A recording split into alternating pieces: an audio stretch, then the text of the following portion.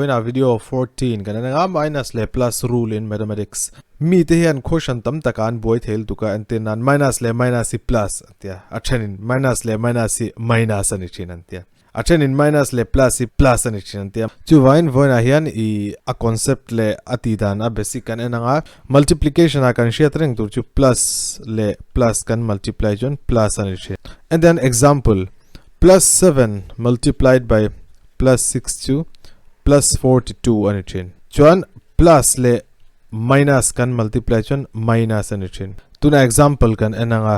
plus 7 multiplied by minus 62 minus 42 minus le plus kan multiply chuan minus ani chin example minus 7 multiplied by plus 62 minus 42 ani chin minus le minus kan multiply hian plus ani chin chuchu multiplication achi minus le minus plus ani chin example tuna minus 7 multiplied by minus 62 minus le minus plus ania chuan 7 le 6 multiply chu 42 tuna a rule hi division akan enanga plus by plus chu plus ani chin antinan plus 4 by plus 2 nita se plus le plus chu plus ani china division a chuan 2 le 4 in kan cancel te ya 2 into 2 4 ani chin chu tiambok chuan negative by positive chu negative ani chin division a example minus 4 by plus 2 chu minus ani china chuan 2 in kan cancel ami chu 2 minus 2 plus by minus chu minus ani chin example kan enanga plus 4 by minus 2 chu minus kan ziak patang mo chuan 4 by 2 chu true chana top nan minus divided by minus chu plus ani chin multiplication ang chi chu minus le minus chu plus ani china division ale multiplication a chu wangin minus 4 by minus 2 chu heta plus kan ziak nga chuan 4 by 2 chu true so ange result kan shiat ange conclusion kan nei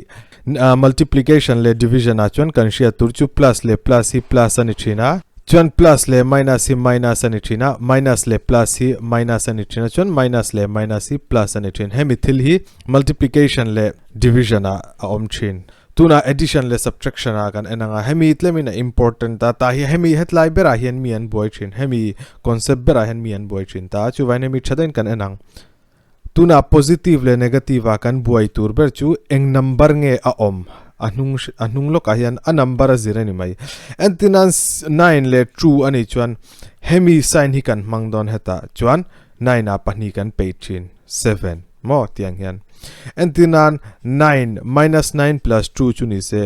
enge lian zok 9 a lian zok tro number lian zok ma eng sign nge a om minus om tro chu vain minus chuan hemi minus 9 a true kan bel chu wangin 7 ani dei don achan chu 9 atama sign kha negative om antinan poisa kan ba tro cheng kwa kan ba a khatan cheng ni kan rule to chuan cheng sari kan la ba ni lomi chutiang chi chuan hemi kan shiat thiam dan turani chu cheng kwa kan pu ka kan ba a cheng ni kan rule to a cheng ni kan rule to chuan enzat nge la bang cheng sari la bang chumi wang chuan minus mo mi ne na poisa kan bathian minus a kanom thin chuta cheng ni kan rule ani chuan minus 7 cheng sari pe kalangai chumi wang chuan minus 7 ani example dang kan en lenga antinan minus 4 le minus 2 ni ta se heta hian an ru sin hi in angatro sin in anawangin sin minus veve ni wain minus kan ziak chuan 4 le 2 hi kan bel thin 6 achan ju ngai tola chengli kan pu ka tro minus 4 ania cheng ni kan puk le chu wain minus 2 chuan cheng zan ngai kan puk cheng ru kan puk khatiang han cheng sari kan puka cheng thum kan rula enzan nge kan la puk cheng li kan la puk chu minus 7 le plus 3 a sign nge eng number nge lian 7 a lian tro chumi wang chon 7 ma hian eng sign nge minus om so minus kan zia ka chon minus 7 a pathum kan bela minus 4 voi khat ka explain lenga tunantinan minus 4 minus 6 plus 3 plus 2 hemi nita se enge gan ti don minus 4 le minus 6 chu tahian minus 10 ani don achan chu sign ai nang chuan plus hemi plus le plus chu plus ani ta chu vain pathum le pani chu panga